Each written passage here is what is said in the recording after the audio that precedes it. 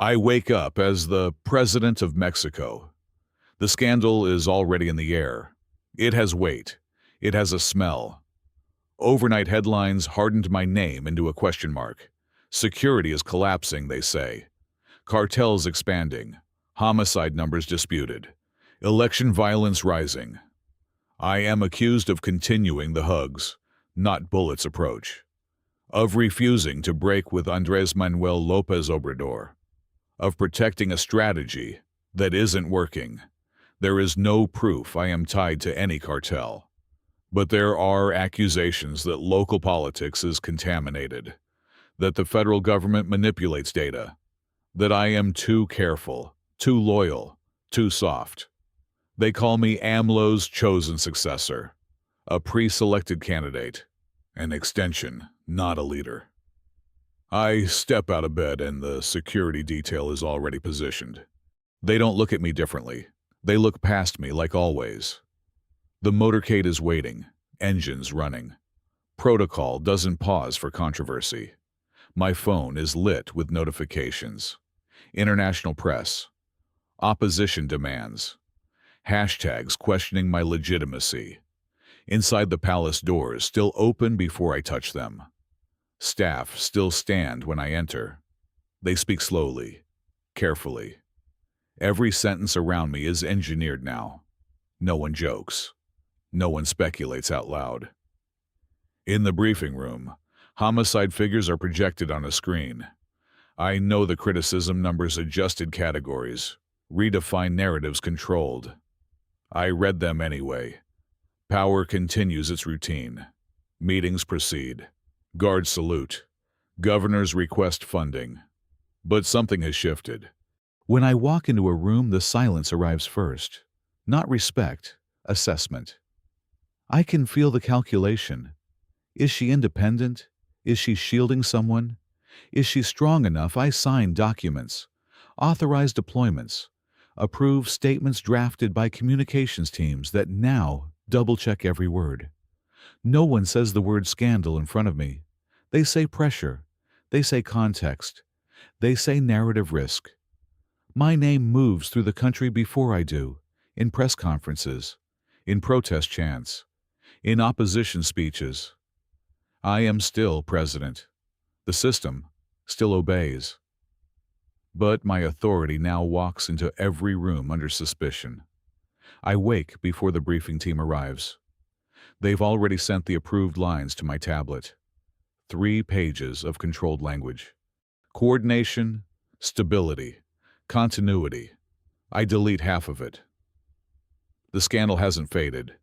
Security failures, cartels expanding territory, accusations that my administration adjust homicide categories to soften numbers, that I am still governing in the shadow of Andrés Manuel López Obrador. The communications director asks me to avoid unscripted remarks, especially about military strategy, especially about independence.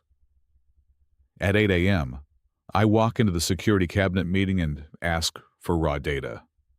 Not summaries, not revised charts. They hesitate. One general clears his throat before answering. He reminds me that preliminary figures can be misinterpreted.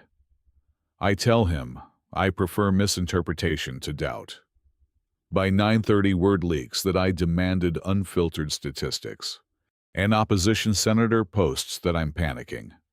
A morning news panel speculates that internal numbers are worse than reported.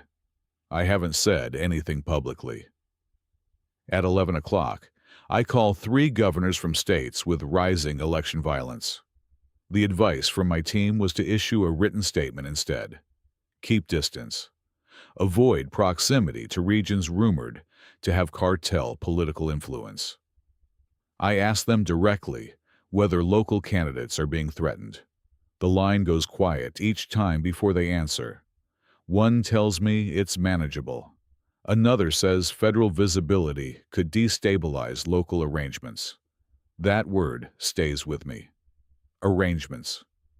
At noon, I cancel a pre-recorded interview and announce I will take live questions instead. The communications team looks physically ill. I step to the podium without a prepared script. The first question is predictable.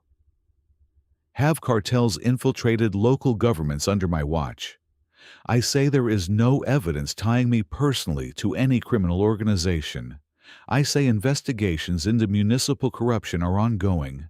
I say security policy is under review. Within minutes, headlines reduce it to President admits policy review amid cartel pressure. I did not say pressure. By 2 p.m., my office receives a request from party leadership suggesting I reaffirm continuity with AMLO's strategy to calm markets. Instead, I schedule a closed-door meeting with independent security analysts who previously criticized the hugs, not bullets approach. This is not advised. A senior advisor reminds me that even meeting them signals fracture. That markets react to symbolism more than policy. I meet them anyway. They outline options involving more aggressive federal intervention in cartel-dominated zones, expanded military coordination, stronger federal oversight of local police. I do not commit. I only listen. Outside cameras capture them entering the palace. By evening, commentators declare a strategic pivot. Party loyalists accuse me of betrayal. Opposition figures accuse me of desperation. I have announced nothing. At 6 p.m., I refuse to approve a pre-written social media post praising the success of our security transformation. The post was scheduled automatically. The digital team warns that silence creates narrative gaps. I let the gap exist. For 1 hour, there is no statement from me. Speculation multiplies faster than any official message could. Financial analysts question stability. International outlets publish explainers about my political dependency on my predecessor. My name trends beside the word crisis. I spend the evening reviewing deployment authorizations. Each signature carries weight. Troop movement is not a headline, but rumor is. Before midnight, the communications director asks whether tomorrow's messaging should emphasize loyalty or reform. I tell her neither. She waits for elaboration. I give none. The truth is simple. I know this authority is conditional. It operates on perception, on tolerance. Every neutral action now looks strategic. Every question sounds like admission. Every silence becomes confession. Power still answers when I call. Cars still arrive, doors still open. But the narrative moves faster than I do. And tonight, I understand something clearly. It is not that I have lost control. It is that control has become interpretive. And once your name becomes fragile, even facts bend around it. It's past 10 when the palace finally quiets. The staff leaves in layers. Security remains. They don't guard me. They guard the office, the symbol. All day, I have signed documents that move troops, shift budgets, trigger investigations. But every signature required negotiation with optics. Every sentence required rehearsal. Power never felt physical. It felt monitored. My phone is still vibrating. Late-night anchors dissect my pauses. Columnists debate whether my silence signals rupture with my predecessor. Party figures release statements clarifying what I meant. I said very little. Upstairs, I review tomorrow's briefing draft. Suggested phrases are highlighted in green. Prohibited territory is marked in red. Avoid implying policy failure. Avoid distancing language from AMLO. Avoid acknowledgement of data disputes without context. I close the file. The scandal's cost isn't removal from office. It's compression. Every word shrinks. Every movement narrows. I understand now that reputation doesn't explode. It calcifies. My name enters rooms before I do. It carries suspicion, expectation, strategy. Even allies calculate exposure. Earlier today, a governor lowered his voice when staff entered. as if proximity to me required insulation.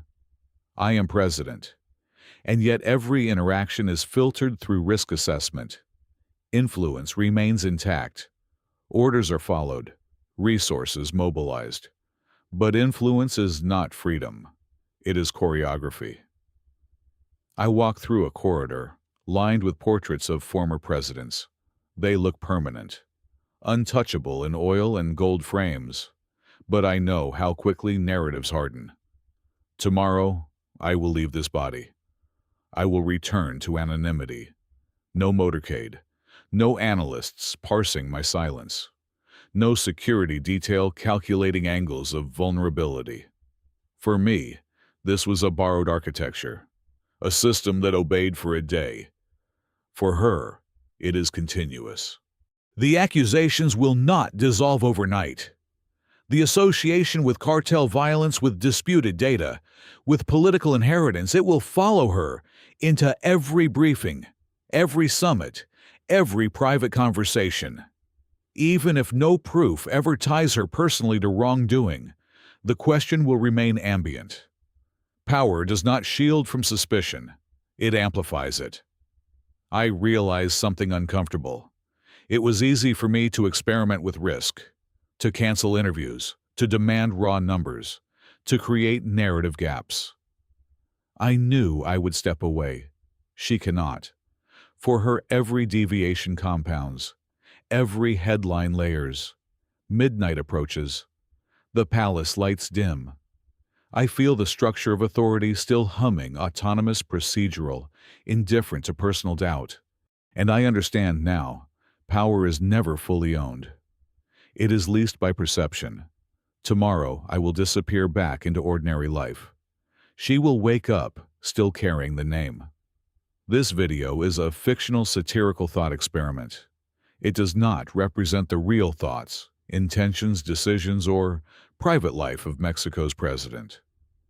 The narrative is an imaginative exploration of how power, scandal, media pressure, and public perception can shape identity and leadership.